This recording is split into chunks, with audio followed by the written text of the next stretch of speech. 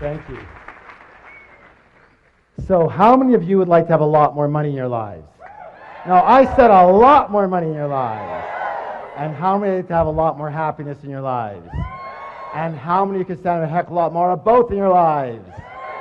You've come to the right place. My name is Harv Eker. Welcome to the Millionaire Mind, the secret psychology of wealth.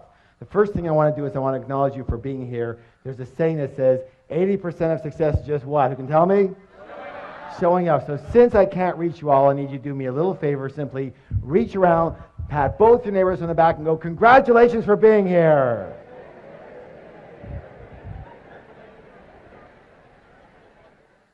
It takes a lot of courage to really have a look at your life sometimes and admit what's going on. And most of us, well, we're not the best admitters, are we? Kind of reminds you of this story about this lion who's walking along the path of the jungle. And he comes across a monkey. And he goes, hey, monkey, who's the king of the jungle? And the monkey goes, you are, sir, you are. He goes, that's right, and don't you ever forget it.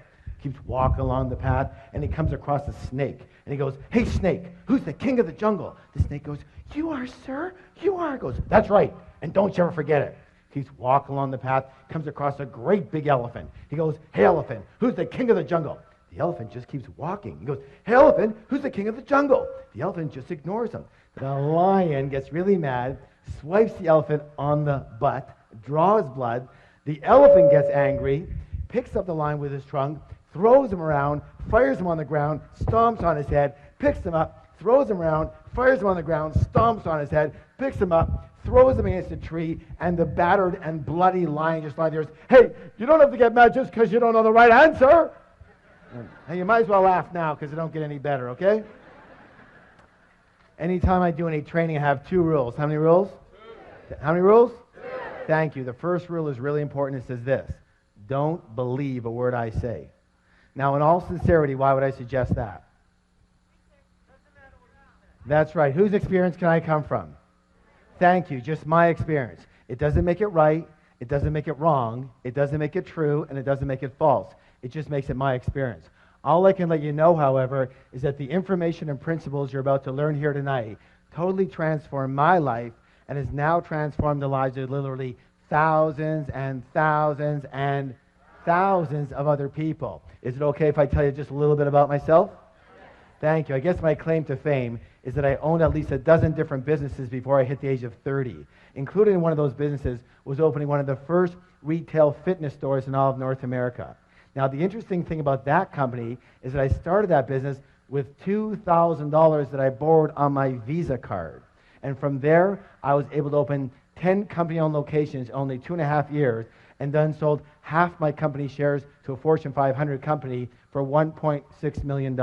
How many wouldn't mind starting with a $2,000 credit card loan and having $1.5 million in your pocket a couple years after that? Excellent. After that, I kind of semi-retired. I moved down to San Diego, and I began doing some consulting, some one-on-one consulting. And I guess it was pretty effective for people because they started bringing friends and relatives and managers and partners, and pretty soon it was 1-on-2 and 1-on-5 and 1-on-10 and 1-on-20. And someone suggested, Harv, you might as well open up a school already. And I said, you know what? That is such a good idea. And I did. And I founded the Street Smart Business School and taught thousands of people all across North America street smart business strategies for high-speed success. What kind of success, please? Thank you. And it was during these seminars that I noticed something. I noticed something very, very, very, very, very, very strange. Would you like to know what it was?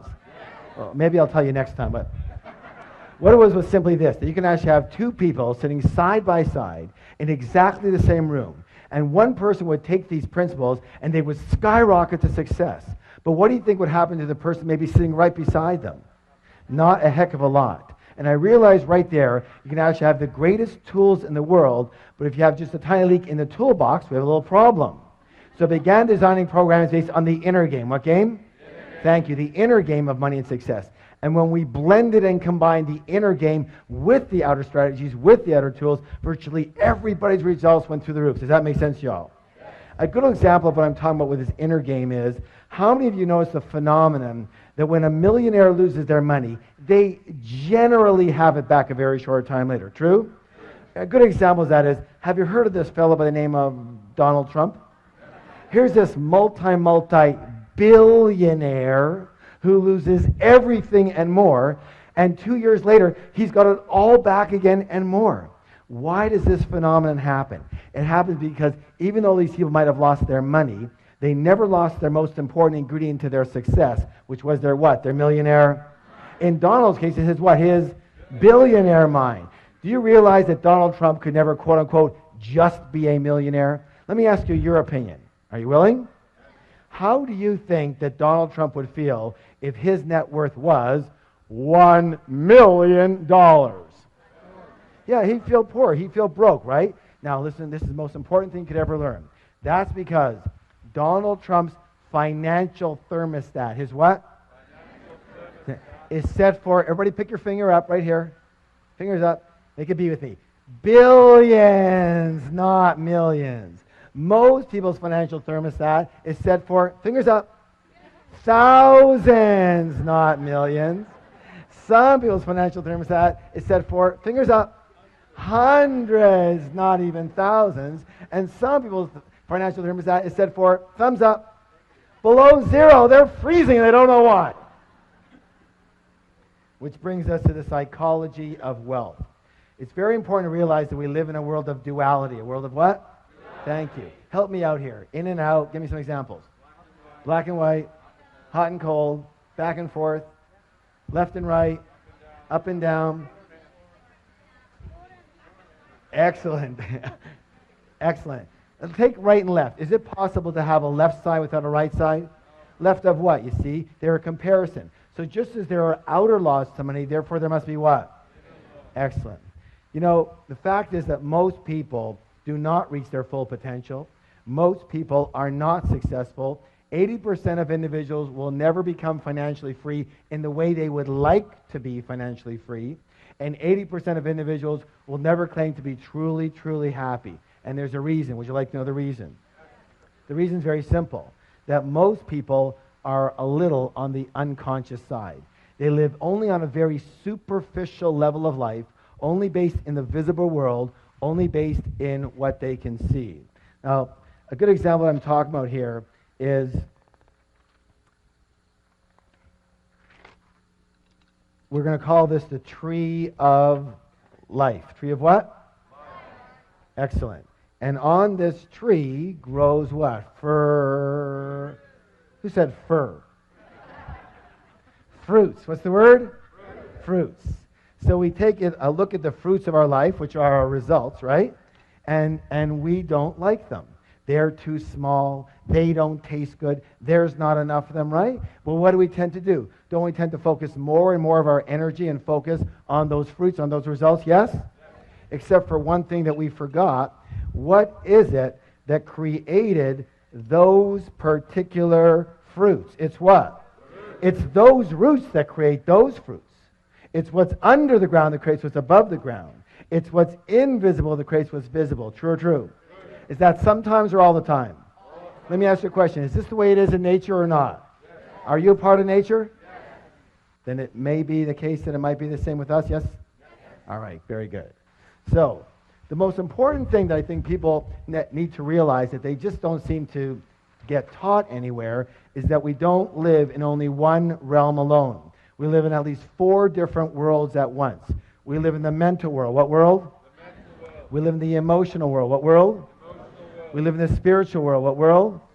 And absolutely we live in the physical material world. And what most people never get is that your physical material world, your results, what actually happens to you is nothing more than a printout of the other 3 areas.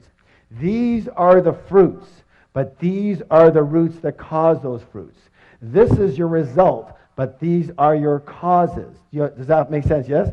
This is what's above the ground, but this is what's below the ground. This is what's visible, but this is what's invisible that causes what's visible.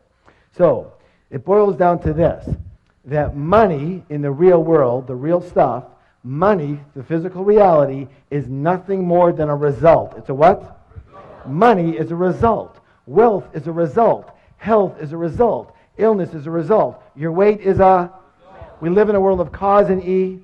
Let me ask you a question. How many of you ever heard anybody allude to the fact that a lack of money was a little bit of a problem? Anybody ever hear that? Let me say this right now. A lack of money is never, ever, ever, ever, ever a problem. It's never a problem. A lack of money is merely a symptom. What's the word? Of what's going on underneath. Lack of money is just the result. What is the root cause? Meaning that the only way to permanently, what's the word please? Permanently change your outer world is to first change your what? You know what? We're going to give that some energy by doing a declaration together. Who can tell what a declaration is? A statement that we make what? Out loud. Thank you. And, you know, why does that work? And let me just put it this. I'm not going to get into the whole situation around it, but everything is one thing. Everything is energy. What is it? Energy. What is it? Energy. Everything is energy. And all energy travels in what? Frequencies and So when we make a statement out loud, we are sending a vibration, A, into the universe, and B, if we put our hand on our heart, on our chest, we feel the vibration of that specific statement throughout the cells of our body. Yes or yes? You know, I know for a lot of you, you're thinking, oh my God, is this ever hokey? But the way I figure is this. I'd rather be really hokey and really rich than really cool and really broke. How about you? All right, please stand up. Let's have some fun. Let's have some fun with it. Good job. Now, here's what I want you to do. Put your hand on your chest, on your heart. Sir, your chest, not her chest. Come on, let's go. And simply repeat after me. My inner world creates my outer world. My inner world creates my outer world. Again.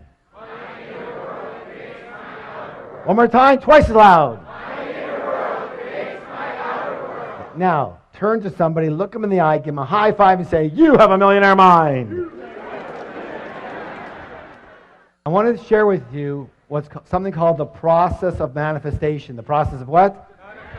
All right, help me out here. Your thoughts, lead to your feelings, which lead to your excellent. One more time, all together. Your thoughts lead to feelings, lead to.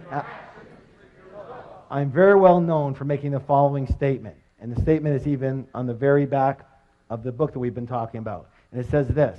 It says, give me 5 minutes with anyone, and I can predict your financial future for the rest of your life. How? Very simply. In a short conversation, I can identify what's called your money blueprint. Money what? Blueprint. Thank you.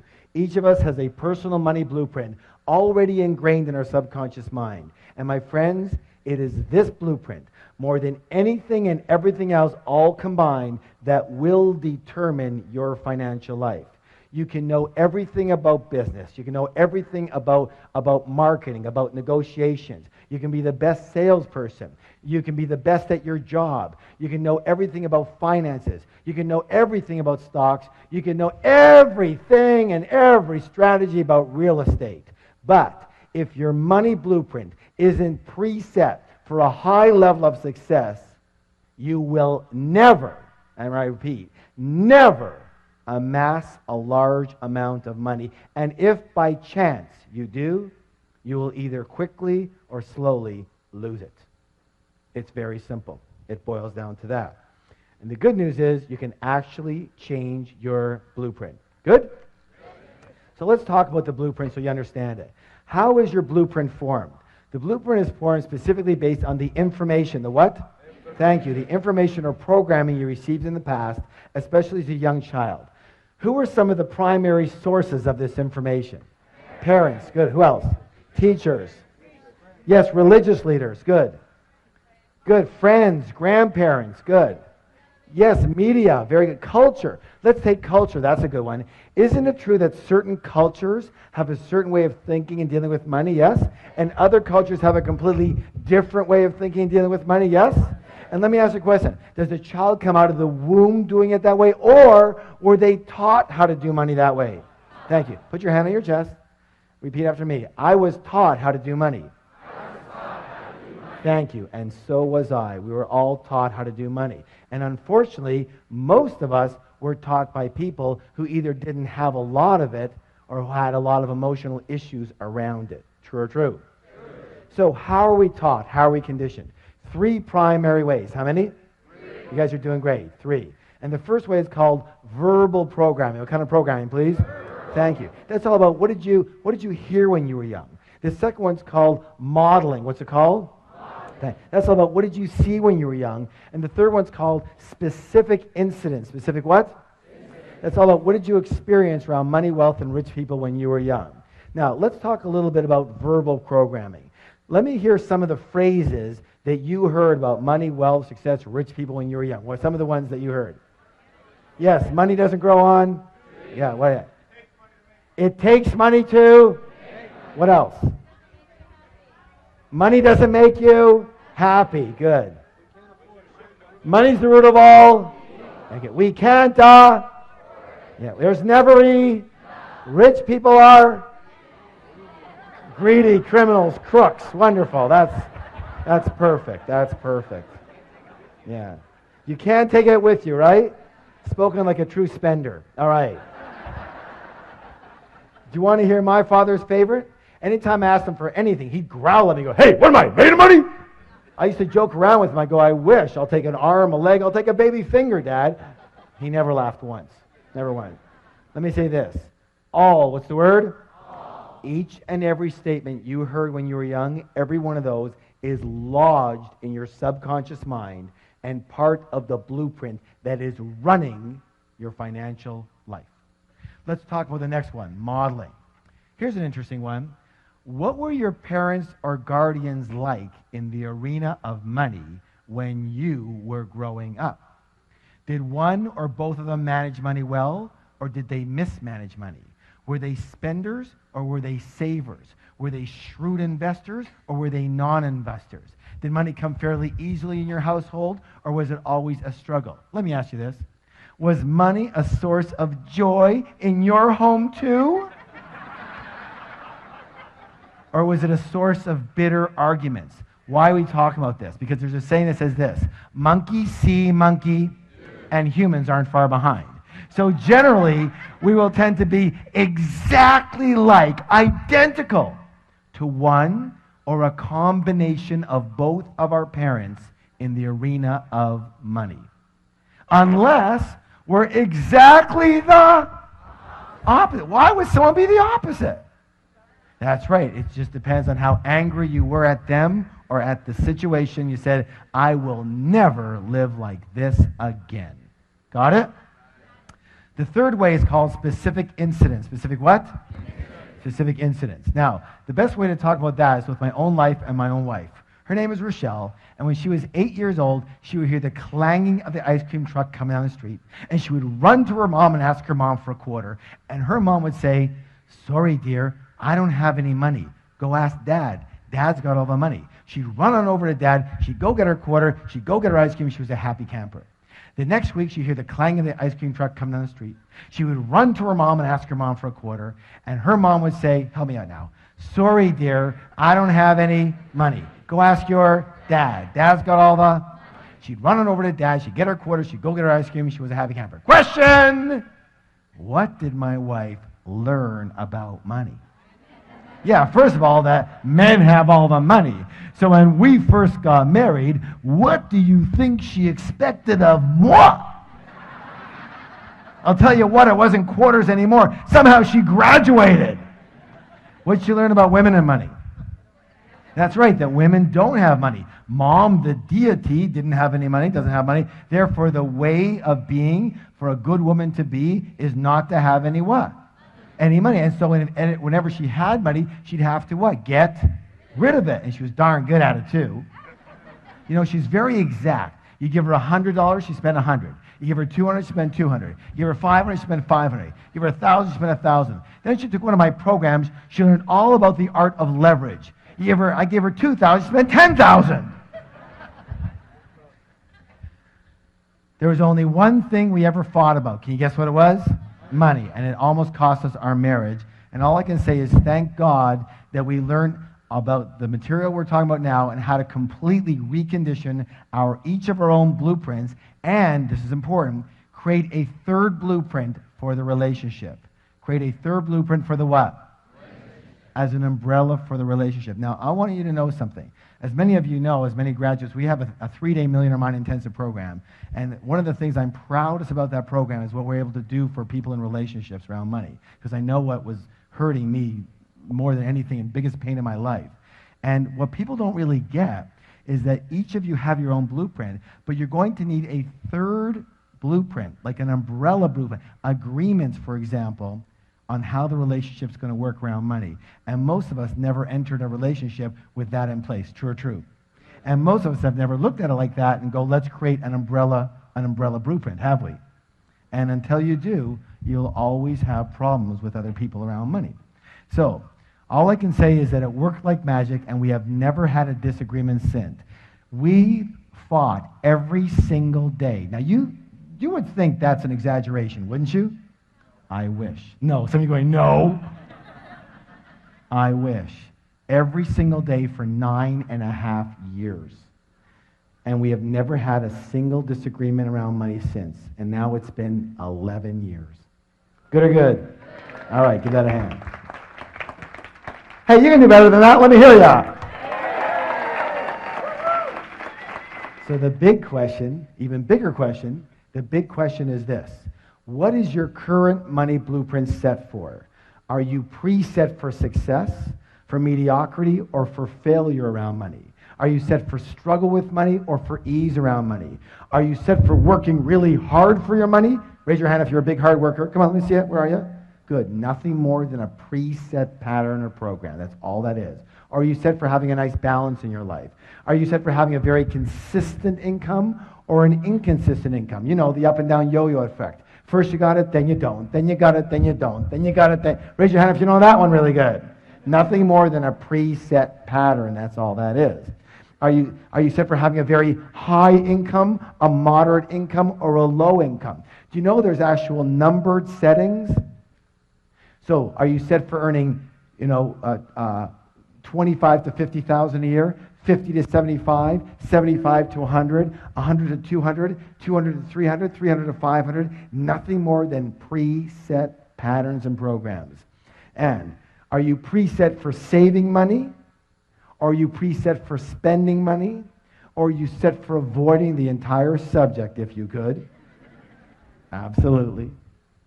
Are you set for managing money well or for mismanaging money? For picking winning investments or picking losers? For trusting people with money or distrusting people with money? How can you tell what you're set for? Well, one of the easiest ways is what? Look at the fruits. That will tell you what the roots are set for. Let me give you an example of what I'm talking about. If the temperature in the room is 72 degrees, chances are really good the thermostat is set for how much, guys? 72. Now, here's where it gets really interesting. Now, imagine that it's really hot outside and the windows are open. Is it possible that the temperature in that room could, say, get to 77 degrees? Yes or no? But what will eventually happen? Thank you. The thermostat will kick in and drive that temperature back down to 72 degrees. Now, is it possible that because the windows are open and it's very cold outside, that the temperature in the room could, say, go to 65 degrees? But what will eventually happen? Thank you. The thermostat will kick in and drive that temperature right back to 72. Meaning that the only way to permanently, what's the word? Thank you. Permanently change the temperature in that room is to change that what? Thermostat. And the only way to permanently, what's the word? Permanently change your money life, your financial results, is to change your money what? Thermostat, otherwise known as your money blueprint. Does that make sense to you? All right, excellent. Now, who can tell me one of the simplest ways to make change? Decide one. What else? Yes, become aware of it. Good, good. Yeah, someone said marry rich. That's good. That's close. That's good. Obviously, one of the easiest ways to make a change is to model. What is it? Model people who have blueprints set for high levels of success. High levels of success, yes? And those people have a name. They're called rich people. And so one of the things we're going to do in the second part of the program here is talk just a little bit about how rich people actually think quite differently than most other people. But before we do that, we have to take a little stretch, so please stand up.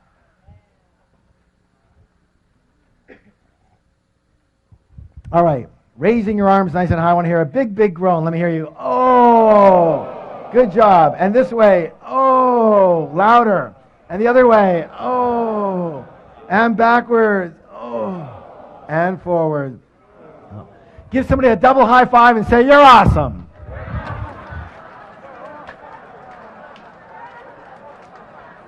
And have a seat, have a seat. All right, let's get into some of these things that are lots of fun. So, the first way that rich people think quite differently than most poor and middle class people, and when I say poor and middle class, I mean the mentality more than necessarily the result. Of course, it depends on that, yes? All right, so let's go this one. Rich people believe what? I create, one more time, twice as loud. I create my life. And most poor and middle class people, what do they believe? Life happens to me, life happens to me. If you want to create real wealth, it is imperative to believe that you are at the steering wheel of your life. You have to believe that you are the one who creates your success, you are the one who creating your mediocrity, and you are the one creating any financial struggle. Consciously or unconsciously is still you. But instead of taking full responsibility for what happens to them in their life, most people, well, they play the role of the what? The victim. Now, you can always tell a victim because they leave 3 indelible clues. And we're going to go over these right now. But before we do, I want you to realize that I do fully understand that what we're about to talk about here has nothing to do with anyone in this particular room. But just in case you know someone who should have been here, make sure you bring them next time. Yes? All right. So the first thing they do is what? They blame, that's right. They blame the economy. They blame their type of business. They blame the stock market. They blame the real estate market. They blame the city they live in. They blame the taxes. They blame the government. They blame their employer. They blame their employees. They blame their manager. They blame customer service. They blame their partner. They blame their upline. They blame their downline. They blame their husband. They blame their wife. And of course, everybody wants to blame their parents for something. Or the next thing they do is they do what? Thank you. They justify their situation by saying something like, well, you know, money's not that important. Let me ask you a question. If you said that your husband or your wife or your boyfriend or your girlfriend wasn't that important, would they be around for very long? I don't think so, and neither would what? You know, neither would money. And people come up to me in my major seminars all the time, and they'll walk up and they'll say something like that. They'll say, well, you know, Harv, money's not that important. And I'll go, you're broke, aren't you? And they'll go, well, right now I'm a little short. No, not right now, always. You've always been broke, yes or yes. And they go, of course they're broke. Of course they're broke. If you didn't think having a motorcycle was important, would you buy one? Would you have one? Of course not. If you don't think having a pet parrot is important, would you buy one? Would you have one? Of course not. If you don't think money's important, would you have any? Of course not. You know, you can actually dazzle your friends with this information. The next time your friend comes up to you and says something lame like that, here's what I want you to do. I want you to roll your eyes up into here and look up into the heavens and put your hands up here on your forehead and go, you're broke. And they're going to go, how did you know? And you're going to go, what else do you want to know? That'll be $50, please, and you'll have a whole new business. Of course they're broke. Let me just say this for the record. Anybody who says money is not important doesn't have any. True or true? All right, now, the third one here is absolutely imperative. What's it say, please? Complain. Let me say this right now. Complaining is the absolute worst possible thing you could do for your health or your wealth. The worst. Why? Well, one of our other programs is called the Wizard Training. What kind of training? And that's all about how do you manifest what you want with elegance and joy versus a lot of struggle. And the way to do that is using universal principles. And so you can be in alignment with the laws of nature instead of fighting against them. Does that make sense? All right. And one of those principles I'm sure you heard of, and it says this. I want you to repeat it. It says, what I focus on expands. Let me hear you. What I focus on expands. One more time. What I focus on expands. Tell somebody else, please. Excellent. Now, here it is. Let me ask you a question. When you are complaining, what are you focusing on? What's right with your life or what's wrong with your life? And since what you focus on expands, what are you now going to get more of? What's right with your life or what's wrong with your life? Absolutely, you're going to get more of what's wrong with your life. When you are complaining, you are actually attracting crap into your life. When you are complaining, you turn into this big, giant crap magnet. And have you ever heard that complainers, they usually say the same thing, say, well, of course I complain. Look how crappy my life is. And now you know better, so you can say, no, it's because you complain that your life is so crappy. Shut up and don't stand near me. So I'm going to give you some homework. Are you willing? An action plan. Now, here's what I want you to do. For 7 days, how long? No complaining. Not out here and not in here. And when you can do that for 7 days, I promise miracles will occur for you. And it's got to be a whole 7 days. Why? Because you still might have some, residual crap coming to you from before, right? Because crap doesn't travel at the speed of light, It travels at the speed of crap, and it's really slow. So it has to be a whole 7 days. Are you willing? All right, good job. Now, here's the thing you have to understand. Here's the secret. Are you ready for the secret? No, you're not ready. Are you ready for the secret? All right. Lean forward. Hands on your ears. Let's see them. Okay, here we go. Ready? There's no such thing as a really rich victim.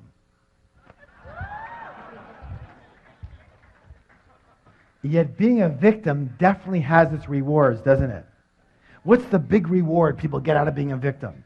That's right, they get attention. Is attention important to most people? It's the most important thing to most people. Why? Because when we were infants, we made a mistake, and a big one. Almost all of us. And what we did is we equated attention with love for the purposes of survival. But they're not the same at all. Does that make any sense? And because of that mistake, most of us really don't even know about true love. We know about what's called ego love, meaning we love another person for what they do for us versus who they are, having nothing to do with us. And worse than that, we love ourselves for what we do for us. In other words, when we're good, we love ourselves. And when we're bad, we don't love ourselves. True or true? Okay? And that's the biggest problem we have with most people today. And let me say this again, that at the 3-day Millionaire Mind Intensive, and I know a lot of you have been there, one of the blessings we have is this ability to be able to disconnect those two so that you truly love another person for who they are, which means you can truly love yourself for who you are and accept yourself the way you are right this moment. Good or good? Good. And that's another blessing that we have. And so, as I said, there's no such thing as a really rich victim. So in order to stay a victim and get their attention, these people make darn sure they never get what? Rich. So here's a choice. You have a choice. You can be a victim or you can be rich, but you can't be both. You have to choose. And let me say this right now, and I hate to be so graphic about it, but we came here to learn, yes? Yes. All right. So everybody go like this with your finger. Put it over here. Watch. Every time you blame or justify or complain, you are slitting your financial throat and your happiness throat as well. And people, well, if they want to be around you, there's something wrong with them too.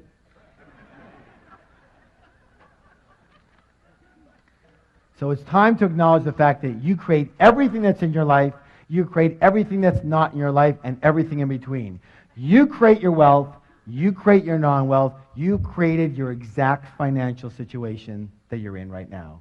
Now that's a good thing to know, isn't it? Because if you create it, you can discreate it. And you can create something else. Yes? All right, please stand up for the declaration. Put your hand on your heart. I create the exact level of my financial success. I create the exact level of my financial success. Again. I create the exact level of my financial success. One more time, twice as loud. I create the exact level of my financial success. Turn to somebody, look them in the eye, give them a high five and say, you have a millionaire mind.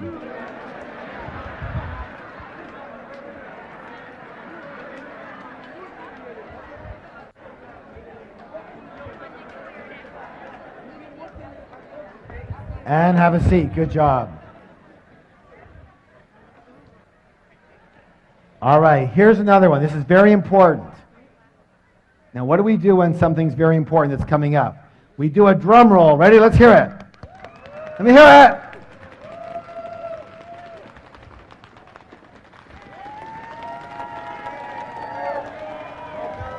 Good job. Rich people play the money game to what? Win. And most poor and old class people play what? Not to lose. Not to lose. Oh my goodness. Most people actually play the money game on defense versus offense. Let me ask you your opinion here. Again, in sports or any game you play strictly on defense, tell me, what are your chances of actually winning that game? How many people say pretty slim and none? And what are your chances of winning the game big? Impossible. True? And that's the way most people play the money game on defense versus offense. You know, their primary concern for a lot of people is survival and security. You know, so what is your goal? What's your objective? What's your true intention? For a lot of people, their primary intention is to have enough to pay the bills. I just want enough to pay the bills. On time would be a miracle. Or I just want to get by. Or I just want to earn a decent living. And due to the power of intention, that's exactly what you're going to get, and not a dime more. Some people know this quite well, yes? Or you have middle class people, and middle class people, what's their big intention? They just want to be what? Comfortable. You know, it's so important to them, we're going to write it 2 times. So there's comfortable, and then there's this word. What's this word? And we all know comfortable leads to rich, yes? Yes? Yeah, and that's not my experience. Let me say this right now, just for the record, in my experience. Comfortable and rich are planets apart. Planets apart. What you need to do and who you have to be comfortable is a whole different world than who you have to be and what you have to do to get rich. Is that clear at all? Is that really clear? I hope you get it. Because I would say that's one of the number one issues with most people sitting in the room right now. Your goal is to be comfortable. Let me say this right now. If your goal is to be comfortable, you will never get rich. Never. On the other hand, if your goal is to get rich, you're going to end up mighty comfortable. So here's the thought. If you shoot for the stars, you're at least going to hit the moon. Most people don't even shoot for the ceiling in their house, and they wonder what the problem is. All right, here's what I want you to do. Another action. Are you willing to take the actions? All right, practice. Practice makes permanent. So, tonight when you get home, tomorrow morning, I want you, either yourself or with your team, to create a strategy. Create a what? Strategy. To help 10 times the number of people you're helping right now. Whatever business you're in, whatever job situation you're in, I want you to help 10 times as many people.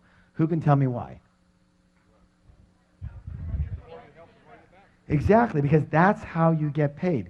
One of the things we do in our programs is we have certain definitions. And the definition we use of a business person or even in a job is, listen closely, a person who solves problems for people at a profit or for pay. Say that with me. A person who solves problems for people for profit or for pay. Good or good? Good. So what's your job? This is what? Solve problems. And you get paid accordingly. Meaning that if you go out there to make money, what do? But if you go out there to solve problems, and if you go out there to solve 10 times the problems you're solving now, there's a good chance you can get how much more money? 10 times. Does that make sense?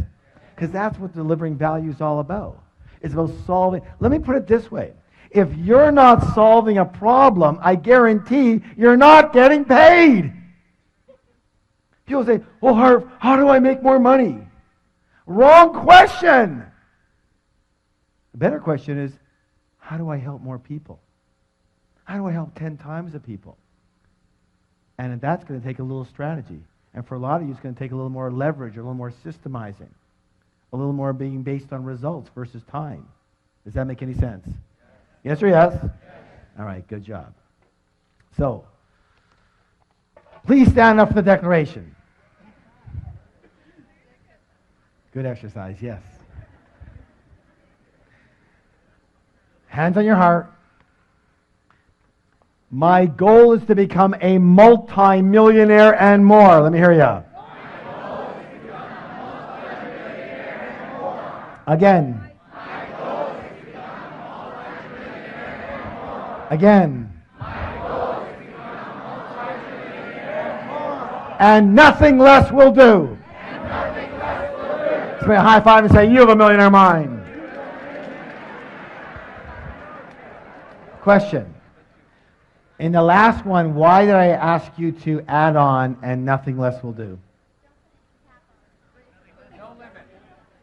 Listen closely. This could be the most important words you hear all night. Are you ready? What you settle for is what you get. Let me say it again. What you settle for is what you get. If you look at your life right now, the results of your life is exactly what you've settled for.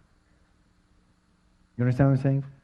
People walk into a job situation or a business. They walk into a job and they're in a job interview and the interviewer says, "Well, what's your salary expectations?" And they go, $250,000 a year. And the guy goes, "What? This job pays $30,000. Really? So find me another job. It pays me $250,000. See, if you are only willing to do what it takes to earn $250,000 a year, that's all you'll accept. And you will keep on hunting and searching and creating the strategy until you get there. But if you are willing to take $30,000 and be comfortable and get by, that's it. You're done. Does that make any sense at all? What you settle for is what you get. Say, what I settle for is what I get. Tell somebody else, please. Good job. All right, let's go to the next one here. This one here is a simple one and really short. Listen closely. Rich people always think the word what? Both. And most everybody else thinks what? Either or. Either or. As in, either I can be rich or I can be spiritual. Either I can be rich or I can be good and kind. Either I can be rich or I can be generous. Either I can be rich or I can have my health. Either I can be rich or I can have time for my family. Either I can have money or I can have love. Either or, either or. All that is called scarcity thinking. What kind of thinking? Scarcity thinking. And the answer to all of those is what? Both. Both. Listen. Listen. You're smart enough. You're intelligent enough. And you are creative enough to create a strategy that works for you in your life. And if it's not working on day one, you readjust it until it's working on day two. The answer is what? Both. What is it? Both. Both. Absolutely. You can be kind and generous and loving and spiritual and compassionate and really, really rich. Good or good?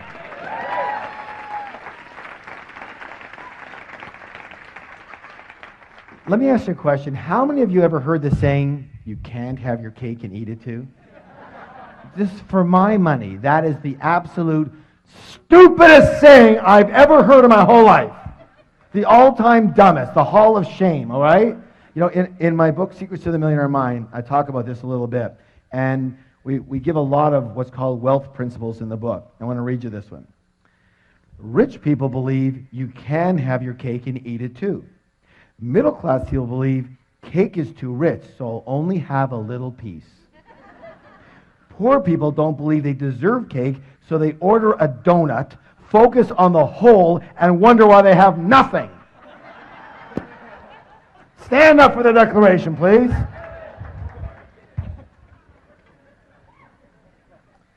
It goes like this. I can be kind, generous, and loving and still be really, really rich.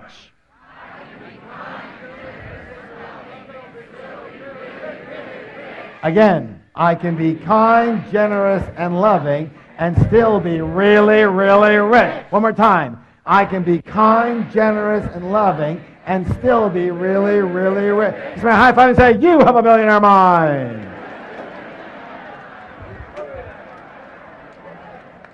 All right, good job, guys. Excellent work. This one here is such an insidious one. It's like something in the back of most people's mind, but they never will say it out loud. And it's one of the biggest blockers of all the blockages of wealth. Are you ready? Yeah. Rich and successful people admire and model. What's the two words? Admire other rich and successful people. And what do most everybody else do? They resent the heck out of them, yes or yes? Most poor and middle class people often look at other people's success with resentment or jealousy or envy, or they snip, they're so lucky, or they whisper naughty things under their breath. You have to realize something so simple, that if you view rich people as bad in any way, shape, or form, and you want to be a good person, then you can never be rich. You can never be rich. You can never be rich. So, you have to practice. Say, I have to practice. So instead of resenting rich people, I want you to practice admiring rich people. I want you to practice blessing rich people. I want you to practice loving rich people. That way you unconsciously know that when you get rich, other people will what? They'll admire and bless and love you instead of resent the heck out of you. Much better for creating wealth. Yes or yes? Yes. You know, I want to share with you a philosophy that completely transformed my life. Are you willing to hear it? It's from the Huna philosophy. Where does Huna come from? Hawaii, thank you. And it simply says this. Bless that which you want. Say it with me. Bless that which you want. Bless that which you want. So what that means is this. If you see somebody with a beautiful home, bless that home and bless that person. If you see somebody with a beautiful car, bless that car and bless that person. If you see somebody with a beautiful family, bless that family and bless that person. If you see somebody with a beautiful, wonderful business, bless that business, bless that person. Why? Because anything that you negate, you can never have. Never. Does that make any sense? And you got to watch it. It's so quick, isn't it? It's so quick to do a little tinge of resentment, to negate them. And meanwhile, you know you can't have it after that. So, I have a little practice for you on this one. Next time you see somebody coming out of a limousine, I mean, someone who's got some money, obviously. Not some party kids with 48 people in the limo. Prom night! No, you know what I'm talking about. I want you to walk over to that person coming out of that limousine. I want you to shake their hand. And I want you to say, thank you. Thank you for being an excellent role model for me for creating success. Thank you for being such an excellent role model for success. Are you willing? All right, please stand up for the declaration. Hands on your heart. I admire rich people. I bless rich people. I love rich people. I study rich people. And I'm going to be one of those rich people too. Turn to somebody, give them a high five and say, you have a millionaire mind. You know, we're talking a lot about rich people, getting rich, being rich. And some people come up to me all the time, they go, Harv, what's with the rich thing? Like, why, are you so into that? And I said, look, I've been called a financial evangelist. And I take that as a compliment. Why? Because someone's got to be a proponent for it. Do you understand what I'm saying? Amen, right. So, but let's talk about it because it's more than just money. So let's talk about why be rich. Number one, lifestyle. What's the word? Hey, obviously that's the most obvious one for the wonderful lifestyle it can afford you and your family. It's a nicer way to live, yes or yes? Yes. But number 2 is contribution. What is it? Contribution. Here's my thoughts. It says this. My feeling is this, that if you have the wherewithal to be rich, it's your duty, it's your obligation to do so. Why? So that you can help people who simply do not have that wherewithal. Does that make sense to you all? Because, and I'll say this, that if you're in this room, you probably have the wherewithal. Especially you self-selected yourself to be here. If you're hearing this message, you selected yourself to be that. You understand? And here's where I came up with that, like very specifically, a good example. A while ago, I was reading in the newspaper about a woman in Africa, Tanzania to be exact, and she has a goiter problem. Do y'all know what a goiter problem? It's like when they have the big, thick neck, right? And it's a thyroid problem. And you know that problem can be completely alleviated with a 10-minute surgery, 10-minute operation, and it's gone. In Tanzania, they have a decent medical system, but it's a pay-for-play deal. In other words, you pay for your doctor or your hospitalization or whatever. This woman with this goiter problem and it costs, by the way, $31 for this 10-minute operation. She has been saving for just over 5 years. 5 years, and she has $22. Twice a week she doesn't eat. She has a newborn child who's going to be another mouth to feed, so she's feeling that it's going to take her another 5 years to get the other $9. So you would think, for goodness sake, someone just send her the stupid $9. Problem. There are millions, what's the word? Millions. Of people in this situation. Millions. Not one, not two, not 10, not 10,000, and not hundreds of thousands. Millions in this situation. So how can you help them better? By being broke or being rich enough to be able to do something about it? Do you understand what I'm saying? And I get this all the time. I get people saying, well, you know, what about the environment? What about this? And what about they're taking all the oil and they're killing all the forest and all that? They. Yes, some of them are. You want to save the environment? Get rich, buy a few million acres and save it.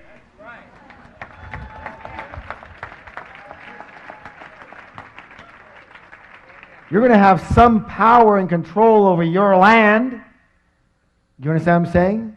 Yes or no? Yes. Take responsibility is what I want to say on that. Okay, this one over here, one more here. This is critical. The third reason is for what? Who you have to become in order to create wealth. In other words, who do you have to be in character, in virtue, in traits? How big do you have to be to get rich versus, being broke? And there's certain characteristics that it takes to be incredibly successful. Because what creates success? And isn't it one of the things being one of the best in your field? Yes or no? Yes, yes or no? Yes. Absolutely. Who do you have to be? What do you have to know? Who do you have to be in character to be the best at what you do in order to get paid the most? Does that make sense to you? So who do you have to become? It's a learning process. And that brings us to the next way that rich people actually think quite differently and are quite different than most other. Rich people are what? Bigger than their problems. What is it? Bigger than their problems. And most other people are what? Smaller than their problems. Smaller. And the secret, guys, I want you to hear something right now. If you will just understand and take action on this one right here, I promise you, mano a mano, heart to heart, your life will just skyrocket. It will go to a whole other level, and you'll see why in a moment. Are you ready? Yes. Listen closely. The secret to success, my friends, is not to try and avoid or get rid of your problems. The secret to success is to grow yourself so you are bigger than any problem. We got the size of you, and we got the size of your problem. And let's do a little scale here. So here we are.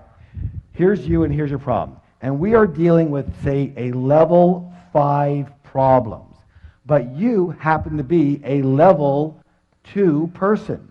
Question, is that a big problem or a little problem? That's a big problem, right? But let's say you grow yourself to, say, be a level 8 person. Same problem. Big problem, little problem. Little problem. Now let's say you work with us and you grow yourself to be, say, a level 10 person. Big problem, little problem. No problem. It doesn't even exist in the realm of your mind as a problem. You don't see it as a problem. It's just something to take care of, yes or no? Yes. Let's test this out. How many of you have ever been in a conversation with somebody who's talking about their problem and you go to them and you go, I don't see the problem here. Raise your hand if you ever had that happen. Everyone's had that happen. Everyone. Because at that point in time, they are smaller than their problem. So it's not about the size of the problem, it's about the size of you. There's always going to be problems, yes or yes? There's so many times in this business, and I'm sure in your business, but when you get to a higher and higher level, you know, the responsibilities become greater. The amount of money invested becomes more. You have, you know, we have 140 employees. You know, there are staff people. There's, you know, huge overheads and lots of what? Quote unquote problems. And my wife says to me all the time, Harv, why did you choose such a hard business? And I go, it's not about the business. It's about me. Because if I can't handle the problems here, you think I can handle the problems there? Because problems are going to be with you all the time. True or true? True. And running away from them or playing small because you don't want any problems? That's crazy. Let's face it, we're going to have quote-unquote problems. But the size of those quote-unquote problems will depend on the size of us, not the problem. Raise your hand if you've ever felt like, I don't want to get into the big leagues because there's so many problems there. I just want to have a nice, simple life. Raise your hand. Be honest. Come on. More than half of you in here. How's it working so far? You still have the problems, but you're broke. That's the biggest problem of all. True or true? I figure it this way. If I'm going to have problems, I might as well get rich.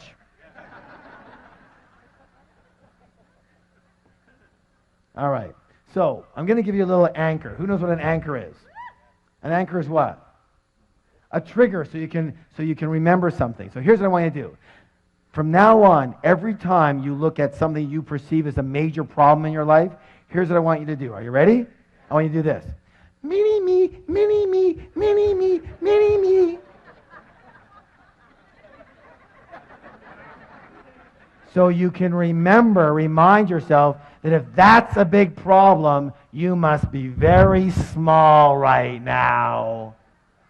And you better put your attention where it belongs. What? On the problem or on you? On you. That's right, on you. And you don't give up, and you don't get taken out, and you don't bail out, and you don't say, well, this is too hard. I want to do something different. How many have ever said something like that? How many say something like that almost every day? It's not the size of the problem. Have you heard the saying, fortunately or unfortunately, you take yourself with you wherever you go? That's what my answer is to my wife. How could you choose such a hard business? It's not the business, it's moi. True or true? True. If it's hard, it's because I made it hard. If it's easy, because I make it easy. If it's successful, it's because I made it successful. If it's unsuccessful, it's because I made it unsuccessful. True or true? True. Doesn't just happen to us. So, the fact is that your wealth can only grow to the extent that you do. So the goal is to grow yourself so you can handle any problems that get in your way of creating wealth, and just as importantly, keeping your wealth once you've got it. And who knew that would be an issue? You know what? This is only reserved for certain people in this room. People who have or have had a lot of money and know that it's one complete world to make it. And it's a whole other world to keep it. True or true? That is a whole other world. And again, it's not about the it. It's about you. It's about you. And so, really, you're like a container. Say, I'm a container. I'm a container. And if the container is small, but the money is big, what has to happen? That's right, the money goes. The money goes. Do y'all understand that? Let me say this again. If you, the container, is small, but somehow the money is big, what has to happen? It doesn't fit. It has to go somewhere else. True or true? So you have to grow yourself so you become a big, big container. So you can attract and hold money. And one of the things we do in our programs is we focus on not only growing yourself as a container, but consistently growing yourself. Because if you want raise your hand if you want your money to consistently grow. Remember, your money can only grow to the extent that you do. So if you want your money to grow, who has to grow? I do. Now you got it. Now you got it. Now you've got the root. You have to keep up with the money. Let me put it another way. Your money has kept up with you. I'll say it again. Your money has kept up with you. If your money's here, it's because you're here. Does that make any sense? If your money's here, it's because you're here. If you're here and your money's here, it's going to have to meet you. It'll always grow to the extent that you do, and always come down to the extent that you are. Raise your hand if you've ever heard stories about people who are doing really well and then they messed up. Messed up in their relationships, messed up with habits or with drugs or alcohol, and what happened to their money? Always comes down to meet them. No or no? Yes? Your money is at the same level you are, my friends. And that's not a derogatory thing. That's to make sure you start to focus your attention where you need to. Personally, I always looked outside of myself. Once I do this marketing thing, and once I understand this real estate, and once I do this, and once I... But it wasn't about any of those things. It was about the size of me. Was I able to attract and hold and grow the money? True or true? I hope you get it. Now, so, like I said, you must grow yourself to be a big container so you can attract and hold big wealth. And here's the beautiful thing about it. If you are a big container, if you are a big person, and your intention is to have wealth, a lot of money, but right now you don't have it, guess what has to happen? What has to happen? The money has to come. Why? Because it's a universal principle. And the universal principle says that the universe abhors a vacuum and will rush in to fill any space that's created for it. And if you're a big container, but you only have a little money right now, the money has to come if that's your intention. True or true? True. It reminds me. Good. That's good news, isn't it? You keep working on you. You're on the right track. You're on the right track here. My favorite plant is the Chinese bamboo plant, along with that line. Why? Because this is a very interesting plant in that you plant the seeds and you look after the first year, there's nothing there. And you look in the second year, and there's nothing there. And you look in the third year, and there's nothing there. And you say, forget it. Somehow the seeds didn't take hold. I've got no tree here. In the fourth year, there's nothing there. But in the fifth year, all of a sudden you see a little sprout. And then listen to this. In 6 weeks, how long? 6 weeks. That plant can grow to 90 feet. 90 feet in 6 weeks. How could that be possible? Because what was it doing for 5 whole years? Growing its roots. Like you guys. Growing its roots. So that when it does pop, it can withstand that incredible growth. What would happen if it didn't grow those roots so deep and thick? The first big wind that comes, it's gone. How many people know people that that's happened to? Because the roots weren't dug deep enough. Do you understand? Give someone a high five and say, you're on the right track.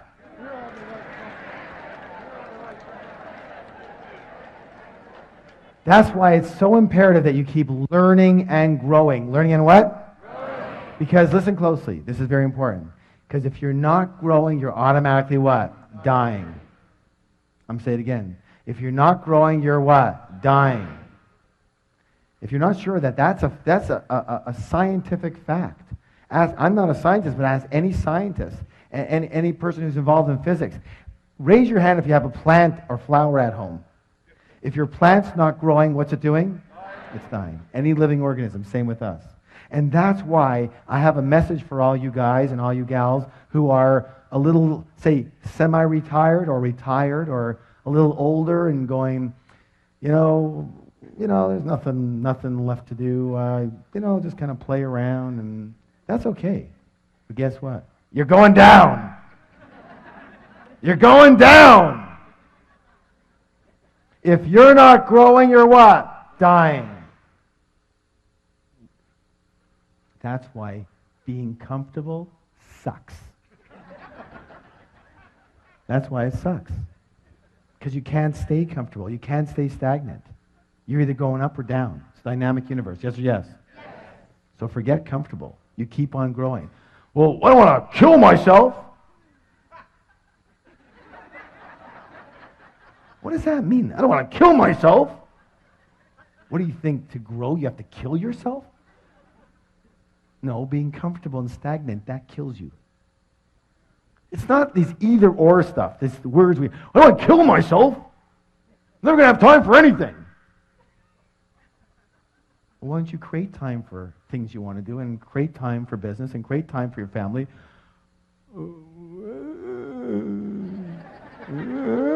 I don't know how to do that. Good. Then you learn. You learn how to do that.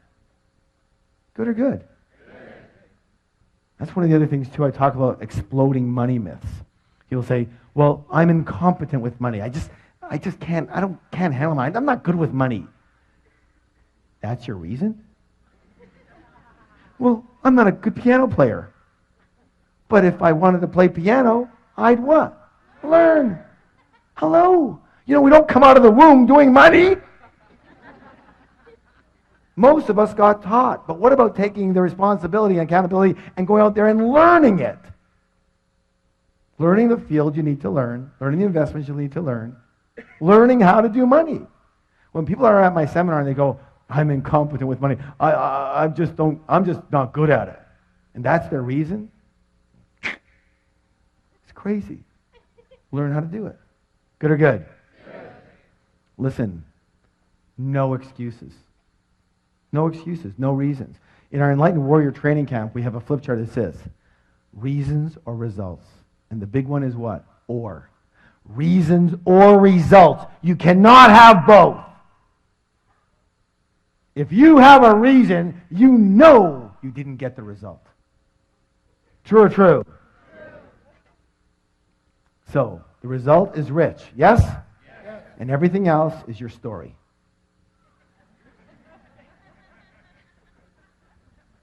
It's just not the right time now. Thanks for sharing. That's great. You're broke. All right. Please stand up for the declaration. Hands on your heart. I am bigger than any problem. I can handle any problem. Nothing will stop me from creating wealth. Turn to somebody, give them a high five and say, you have a millionaire mind. All right, this one is really, really important. Recall the process of manifestation. Say it with me. Your thoughts lead to your feelings, lead to actions, lead to result. Which one is the highlighted one? Action. How many people agree to succeed in the real world, you have to take what? Let's see if that's true. Why is that? Thoughts and feelings, are they part of the inner world or part of the outer world? Inner world, thank you. Results, part of the inner world or part of the outer world? Outer world. And therefore, action becomes the what? The bridge between the inner world and the outer world. Do you understand? So, you can think all you want about wealth and success. You can meditate. Listen, I've meditated for 25 years. but I've never been meditating there and had a bag of money drop on my head. I'm one of these unfortunate souls that actually has to do something in the real world to get any of the stuff. A lot of people are very kind and generous and wonderful, well-intentioned people. They just don't do anything. Or they don't do anything at a high enough level or take enough massive action to get anything done. They just talk about it, they think about it, they meditate it, but nothing actually happens in the physical world. And if you want physical money, you'll need to transfer into the physical realm from the mental, emotional, spiritual sides. And the way to transfer from those three invisible to the visible, from under the ground to above the ground, into the physical realm is through the process of action. True or true? That's why action is absolutely critical. Now, if that's true, what prevents us from taking the action we know we need to be taking? Fear. Thank you. How many people agree that fear and doubt and worry are among our greatest obstacles, not only to success, but to happiness as well? Excellent. And therefore, one of the biggest differences between rich people and most other people is that rich people are willing to do this. What's it say? One of the other programs we teach is called the Enlightened Warrior Training. And it says that the true warrior can tame the cobra of fear. What's the key word? Tame. It doesn't say kill the cobra. It doesn't say get rid of the cobra. It doesn't say run away from the cobra. It says what? Tame the cobra of fear. Let me say this right now. My friends, listen closely. Listen closely. Are you listening? Yes. It is not necessary to try and get rid of fear in order to succeed. Rich and successful people have fear. Rich and successful people have doubts. Rich and successful people have worries. They just don't let those feelings stop them and take them out. Unsuccessful people have exactly the same feelings, but they let those feelings stop them, paralyze them into thinking, oh my God, what will happen now? And they're done. True or true? True. A lot of people believe that rich people don't have fear. That's ridiculous. Ridiculous. So, how many people agree we're creatures of habit? Yes? And therefore the secret is to practice. What's the word? Practice acting in spite of fear. Practice acting in spite of doubt. Practice acting in spite of worry. Practice acting in spite of inconvenience. Inconvenience. If your life is about convenience, you'll never be rich. Let me say this right now. It's not always convenient to do what it takes to get rich. And practice acting in spite of discomfort. It's the same thing, as I said earlier. I'm going to challenge you right now, as I do with all of my students. Are you willing? Are you willing? Yes. I want you to find uncomfortable situations and move into them. I want you to look for uncomfortable situations and get involved in them. And when something becomes uncomfortable for you, that's when you go into it. You understand that? Why? Because, let me ask you a question. We talked about it earlier. When you're comfortable, you're in what zone? You're in your what? Your comfort zone. And in your comfort zone, are you growing or dying? You're going down. So you've got to get uncomfortable. Until you're uncomfortable, you're not growing. Are you willing? So the only time you're growing is when you're uncomfortable. Say, the only time I'm growing is when I'm uncomfortable.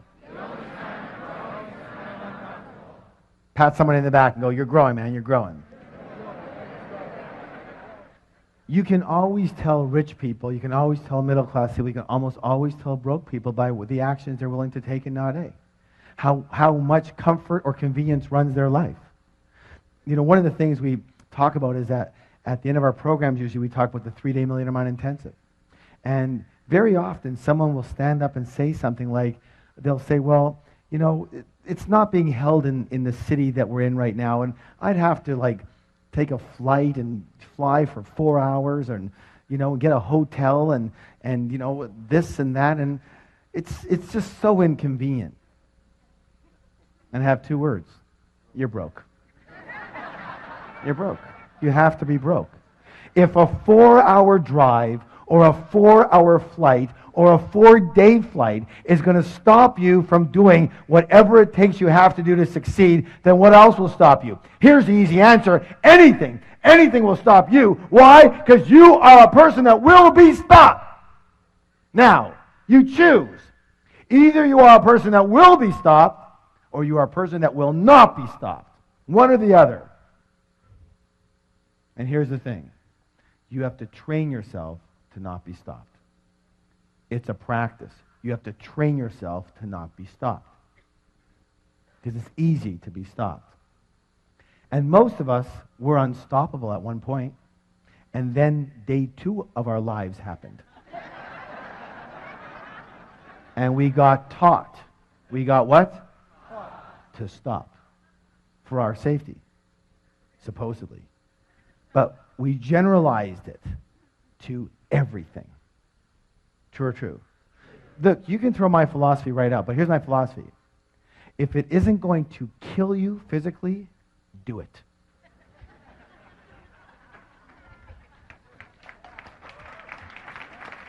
Just do it. One of the things I've been noticing lately with a lot of the rich people I've been dealing with, very rich people, is they're willing to take a shot. It's amazing.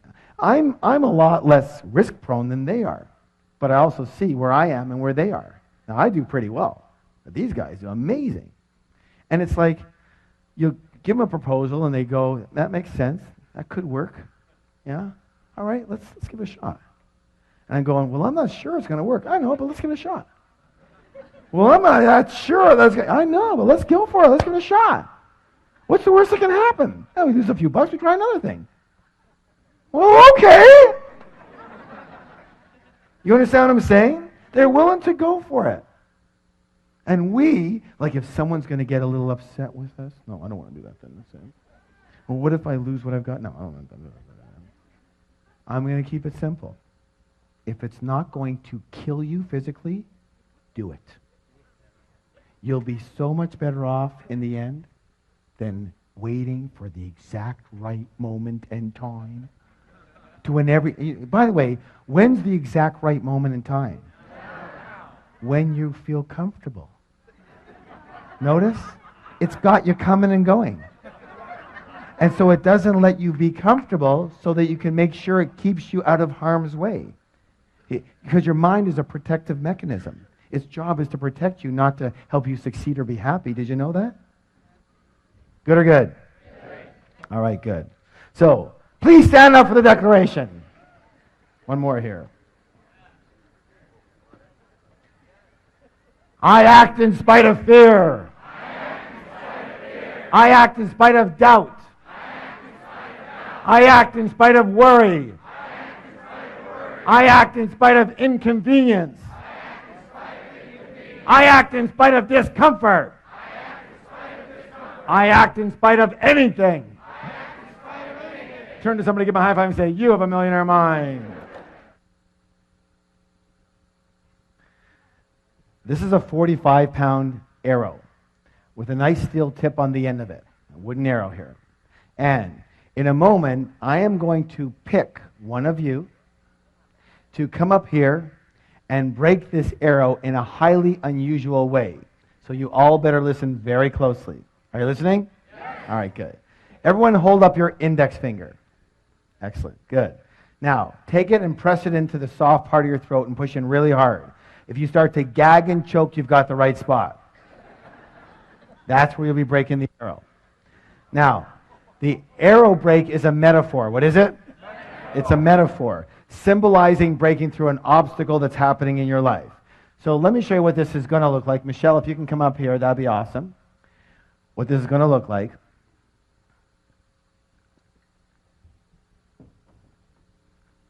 Just hold on to that for a second here. All right. So what's going to happen in a moment, just bring your hand up here for a second.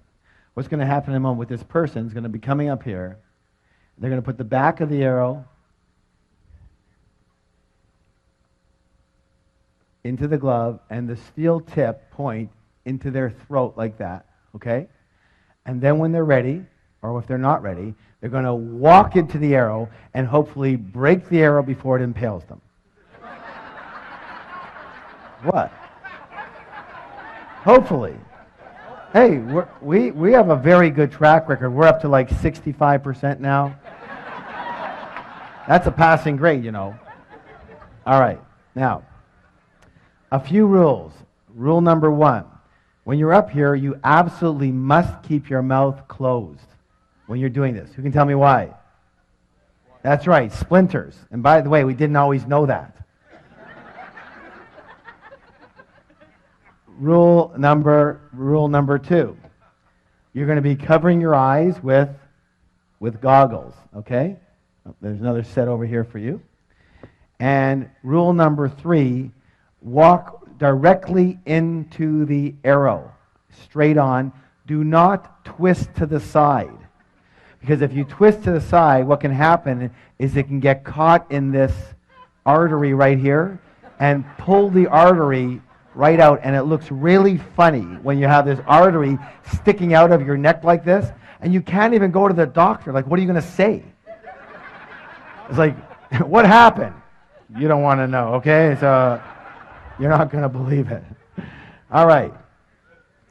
So here's how this is going to work. I'm going to show you how this works. And here's the deal. The 4th rule is massive support. What kind of support? Massive. What kind of support? Massive. So that means we're all on one team, yes? So when this person breaks this, I want everybody to give them a massive standing ovation, right? Yes. All right, good. Now, that's when the person comes here. Let's talk a little bit about, let me show you how this is going to work, all right? So I'll do a little demonstration for you. So here's the deal. If I break the arrow, if I break the arrow tonight, I want massive round of applause. Yes? Yes. If the arrow happens to break through me tonight, I want someone to pick up the phone, turn it on, and call 911. Yes? Yes. All right, are you ready? All right. Things are sharper than they used to be.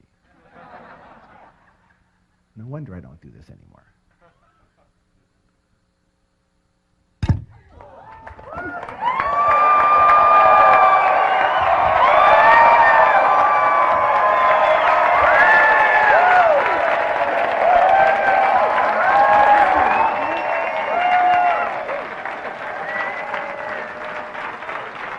Thank you. Excellent. Have a seat. Oh my gosh, look what I found. A steel arrow.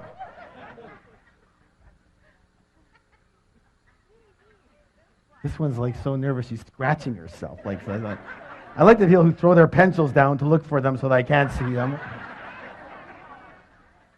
Who's never done anything like this, but has something, hold on, as I said, hold on. This is a metaphor. A metaphor means it's something that you are trying to break through tonight.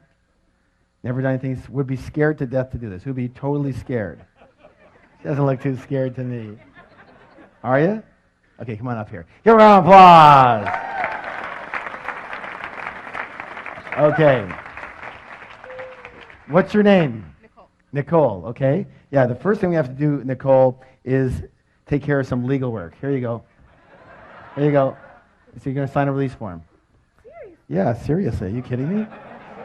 So print your name over here. It basically says that we accept no responsibility for your death or injury. Okay. And the date today is what? Okay. I can't even write. You had a nice neck. And just sign your name over here. And are you here with somebody? Yes. Okay, so your mom is here, okay. And she let you come up here? She doesn't know? Yeah. Put your phone number there. And again, unfortunately now, because of some recent situations, you have to put an emergency contact here.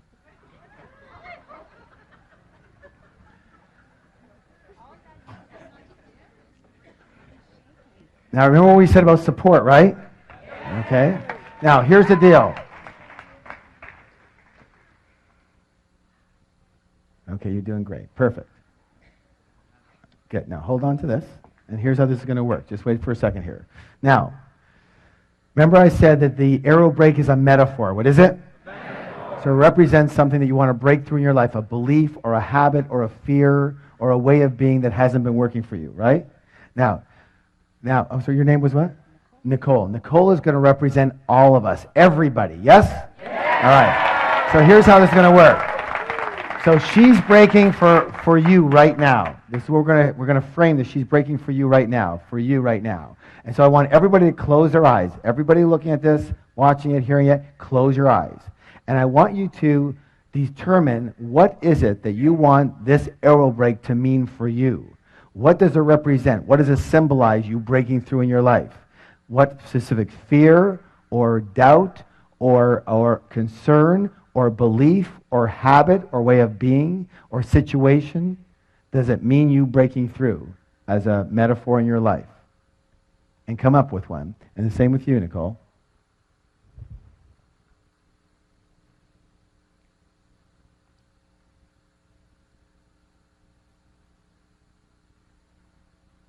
Okay. Please open your eyes. And let's hear from Nicole. What was it here for you? Just limiting beliefs about being.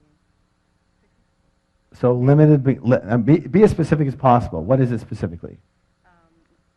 Basically that men have the money and women don't. Excellent. That's so what she said. Can I share it?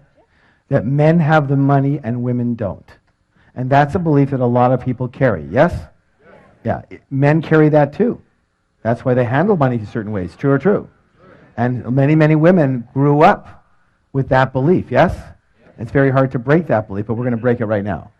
So here's the belief that men have the money and women don't. Got it? Now, unfortunately, we're going to have to turn this around this way. All right, put that on your eyes. And don't go until I tell you to. Michelle's going to be holding for you. All right. And so what I'd like you to do is, Nicole, stand over here. That's it. Move over this way. Come towards her a bit this way.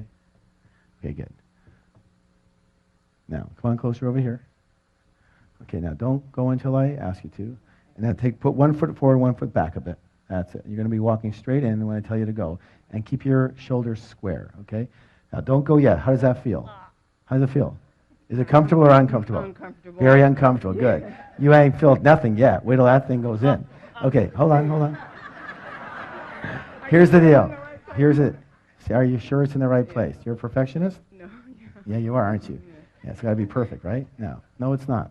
But that doesn't matter. Here's the deal.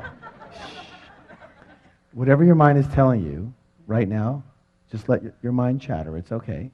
But don't believe it. Because you saw me do it. It's doable. And if anybody can do it, you can do it. Say, I can do it. I can do it. So, this is a steel rod. What's your throat? A steel rod. What is it? This is a toothpick. What's this? Toothpick. So in a moment, you're just going to look at Michelle. You're going to go give her a hug. You're going to forget this even exists. You're just going to walk right into it and don't even think about it. You guys ready? Yeah. Ready, go.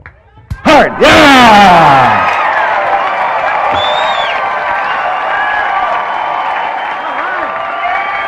Yeah, girl. Hold those up. Hold those up. Hold it up.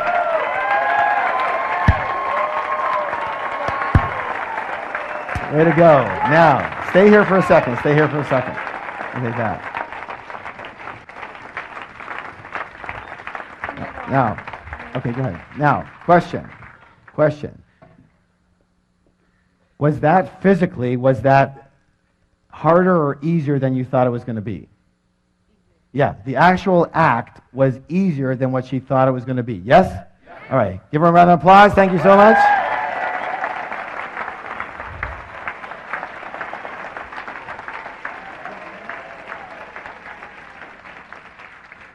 Let me talk about your mind right now. Remember, she said it's easier than she thought it was going to be. And let me say this right now. I'm going to guarantee that 99.999% of all the things you think that you can't do, that are going to be way too hard, too many problems, are easier than you think they're going to be. Raise your hand if that's ever happened for you, where your mind has made something up to be, oh my God, and then when you did it, it was like, what was the big deal about? True or true? Let's talk about that. Let's listen closely. Your mind is the greatest soap opera scriptwriter in history. It makes up incredible stories, usually based in dramas and disasters, of things that never happened and things that never will. Mark Twain said it best. He said, I've had thousands and thousands of problems in my life, most of which never actually happened. It's very important. One of the most important things you can ever understand, is that you are not your mind. Say, I'm not my mind. You are much bigger and greater than just your mind. Your mind is a part of you, like your hand is a part of you. Your hand isn't you, but it's a part of you. You wouldn't introduce yourself as your hand, would you? Hi, I'm my hand. What if you had a hand that was much like your mind? It was scattered all over the place. It was constantly beating you up. And it never shut up. Yada, yada, yada, yada, yada, yada, yada. In the car, yada, yada, yada, yada. In the shower, yada, yada, yada, yada, yada, yada. What would you do if you had a hand like that? Cut it off. No. But it's a very powerful thing. What would you do with it? That's right. You learn to want to control it. You learn to train it. You learn to manage it. True or true? And that's the critical piece. Training and managing your own mind is the most important skill a human being could ever own. Do you understand this? I'm saying it again. Training and managing your own mind, that voice that you so believe, is the most important skill you could possibly own. For with that skill, you truly will be successful. And you truly can be happy. Do you understand this? Because I'm going to say this right now, and a lot of them are going to shoot me for it. But there's only one thing that can stop you. The voice. Not yourself. The voice. The voice. That you've bought into that that's who you are. That voice is not you. It's simply a part of you. That it's the protective mechanism part of you. Its job is to protect you. It's like the sentry on a ship. It's not there to be the social coordinator, the success coordinator, the happiness coordinator. That's not its job. Your mind is a survival mechanism, and its primary purpose is to protect you, which means to keep you where you are. It's like an overworried mother. It's doing its job way too well, but we buy into it. What would your life be like if you had an overworried mother constantly ragging on you? No, no, no, no, no. What would your life be like? You would be so contracted and small, you'd never do anything. True or true? True. Yet to an extent, we're all like that. We're listening. We're buying the voice of protection when there's no need to do it. That voice is not who you are. You are much bigger than that. When Nicole came up here, she was shaking. She couldn't even, that's what what was her mind telling her? Oh, what did I get myself into? Why did I do this? You're so stupid, Nicole. Why do you? Well, maybe she didn't say quite that, but something like that. And then she's doing it, and we're pushing it, and she goes, oh my God, like this is way harder than I thought. And her mind goes, blah, blah, blah, blah, blah, blah. And then she goes, boop, no problem. And isn't that the way it is? Yes or yes? So, let me say this right now. In my book, Secrets of the Millionaire Mind, the final wealth file, number 17, says this.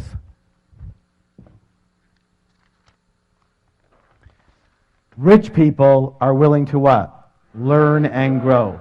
And most poor and middle-class people think they what? Already know. They already know. Let me say this right now. I'm going to complete with one of my famous sayings. And the saying is this. You can learn to do anything. You can learn to succeed. Every master was once a disaster. I'll say it again. Say it with me. Every master was once a disaster.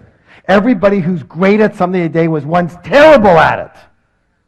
So it doesn't matter where you're starting from. You understand what I'm saying? Everybody starts somewhere. Some start here, some start here, some start over there. Everyone's got some type of ailments, handicaps, problems. Even if you don't have a problem, your mind will tell you you do. I had a woman the other day come up to me and say, I don't know what it is. It's just, I get to a certain level and there's always a situation that comes up. Something always happens and it screws me up. What is it? I said, if you look in the mirror, you'll find it. It is so easy to determine people's obstacles because there's only one of them right there. The voice in your head that stops you, tells you no, gives you doubt, and suffocates your life. And my blessing and my promise to you is if you challenge that voice and stop believing everything it tells you and just go for it anyways, in spite of fear, in spite of it chattering, you will soar to a level you have never experienced before in your life. So how many of you realize that your mind is a very powerful force? It can work for you or it can work what? Against you. The rule is really simple. If you are earning less than $50,000 a year and you want to earn $100,000 or more, you're going to have to change your money blueprint. Money what? Blueprint. If you're earning $100,000, you want to earn $200,000, you have to change your money what? Blueprint. If you want to go from $200,000 to $500,000, you have to change your money what? Blueprint. If you're earning good money but you're not managing it well, you have to change your money what? Blueprint. If your income is inconsistent, you have to change your money what? Blueprint. Excellent, good. If you work way too hard and you want to be able to earn as much money or more with more balance, you have to change your money what? Blueprint. If your investments aren't zooming, you have to change your money what? If your business isn't booming, that's a result. You have to change your money what? If you have money and you want to make sure you keep it and you grow it, you have to change your money what? Excellent. And unfortunately, your current money blueprint will tend to stay with you for the rest of your life unless you identify it and you change it. And that's exactly what we do in an extraordinary 3-day program called the Millionaire Mind Intensive. It's changed the lives of thousands and thousands and thousands of people all over the world. And if it's okay with you, I'd like to tell you just a little bit about it and give you 2 critical principles. Fair enough? All right, listen closely. The first part is called winning the money game. What's it called? There are proven strategies for creating fast financial freedom, and you have to know them. Millionaire Mind Intensive, you're going to learn exactly how rich people play the money game so you can do what? Model exactly what they do. Let me ask you a question. If you had a parent, let's say a father, for example, that when you grew up, your parents were extremely rich. But not only were they rich financially, they were rich emotionally, spiritually, they were kind and loving, and they taught you the ropes of how to do money. How many of you think you could be doing a lot better right now? Exactly. Exactly. And that's what you're going to be able to do. Rich people have a very specific way of playing the money game, and you're going to learn to do exactly what they do. And this includes learning how to create massive amounts of passive income. Raise your hand if you believe passive income is important. Someone tell me why. What's the word? Freedom. Thank you. Freedom. What's the word? Freedom. Without passive income, you can never be what? Free. Now, here's where it gets interesting. This is why almost all the other trainers out there send their students to us. Did you know that just about everyone is programmed not to earn passive income? Not to earn it. Programmed not to earn it. You're not sure? Maybe we should test this out. Let me ask you a question.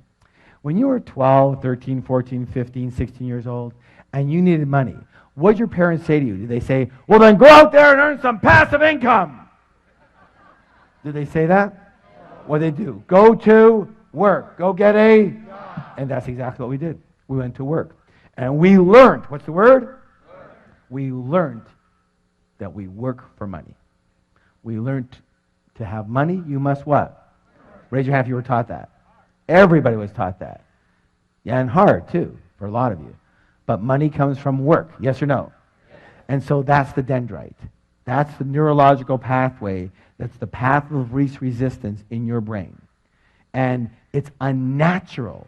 and completely unfamiliar and discomfortable for your brain to know passive income.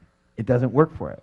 And so what happens is either people don't start in that arena, or if they do start, they get a little ways and then they sabotage themselves to go right back to 72 degrees. What the thermostat is set for, which is working for money. Do you understand that? Let me say this right now. At the Million Mind Intensive, when you walk out of there, you will be reconditioned so that passive income is your path of least resistance. It will be the primary way that you prefer, believe, and act in accordance with creating money. Good or good? Good. It'll be a natural thing for you. Good? Good. Now, let me say this also. You're also going to learn the world's easiest money management method. Managing your money is another critical difference between rich people and poor and middle class people. I'm going to tell you a story that can change your life. Are you willing? Yes. Are you willing? Yes. Imagine you're with a 5-year-old child. You're walking down the street. You come across an ice cream store. And you go into the store and you get the child a single scoop of ice cream on a cone because they don't have any cups. The child is only 5 years old. They have very little hands. They're kind of wobbly. And as they walk out the door, it jostles them. And the ice cream falls out of the cone onto the ground. Being the kind and generous person that you are, what do? You walk back into the store, and just as you're about to order another scoop of ice cream, the child sees the poster on the wall of the triple scooper. And they go, I want that triple scoop. And now, being the kind and generous person that you are, do you now get them the triple scoop or not? No, of course not. Why would you set them up to fail? They couldn't even handle 1 scoop. What, are you going to load them down with 3 scoops now? Let me say this right now, my friends. We live in a loving and supportive universe. The universe wants you to win. It wants to support you. But it has the same rule. And the rule is simply this. And I'm going to nail half of you right now as to why you're not doing better with your money. It's simple. Until you show you can handle what you've already got, you won't get any more. Most people are walking around with 1 or 2 scoops dripping all over the place. It's a complete mess. And they're going, give me more, give me more. And the universe is going, why? I gave you more. Look what you did with it. Some of you are laughing nervously. Let me say this right now. You're going to learn the simplest, easiest, most effective way to handle money that you've ever seen in your life. A 5-year-old can do it, and 5-year-olds do it. And when you start handling your money like this, when you simply show whatever you believe in, whatever universal power, whatever yourself, your inner self, whatever you want to show, when you simply show that you can handle what you've already got, even if it's just $1, you watch. And I don't use this word lightly, but you watch as miracles occur for you. Things you could have never dreamed of, things you could have never planned of. They just start happening for you. Why? Simple. When the child can hold a single scoop, you are very willing to get him another scoop. True or true? True or true? How many of you got a big hit out of that one right there? Okay? You need to start handling your money in a very easy and effective way. Now, in short, you're going to learn a step-by-step method for winning the money game so that you never have to work again unless you choose to. Raise your hand if you'd like to have that choice. Raise your hand if you'd like to have the choice a lot sooner than later. Then we'll see you there. Now, part 2 is the inner game, conditioning yourself for natural and automatic success. And in this section, listen to this, we actually identify your current money blueprint. And using several extremely high-impact processes, we actually change your blueprint right on the spot, right there, right on site, right on the premises, right that weekend. We don't teach you how to change your blueprint and send you home to change it. Why? Because you won't. Why? Because we're creatures of what? Habit. Now, here's the thing. Did you know that there's 2 kinds of habits? How many? 2. How many? 2. There's doing habits. But just as importantly, my friends, there's not doing habits. And everything you're in the habit of, everything that you're not doing right now, you are in the habit of not doing it. So we can send you home with anything, but you're not going to what? Do it. So we don't wait for you to go home. We do it right there on the spot. You walk in with one blueprint, you walk out with another one set for automatic and natural success. People ask me all the time, they say, Harv, do you have the Midas touch? And what do I answer? I go, no. I have a blueprint set for success, just like all of you can have. I look so forward to seeing you again soon. I hope I've served you in some way. Thank you so much.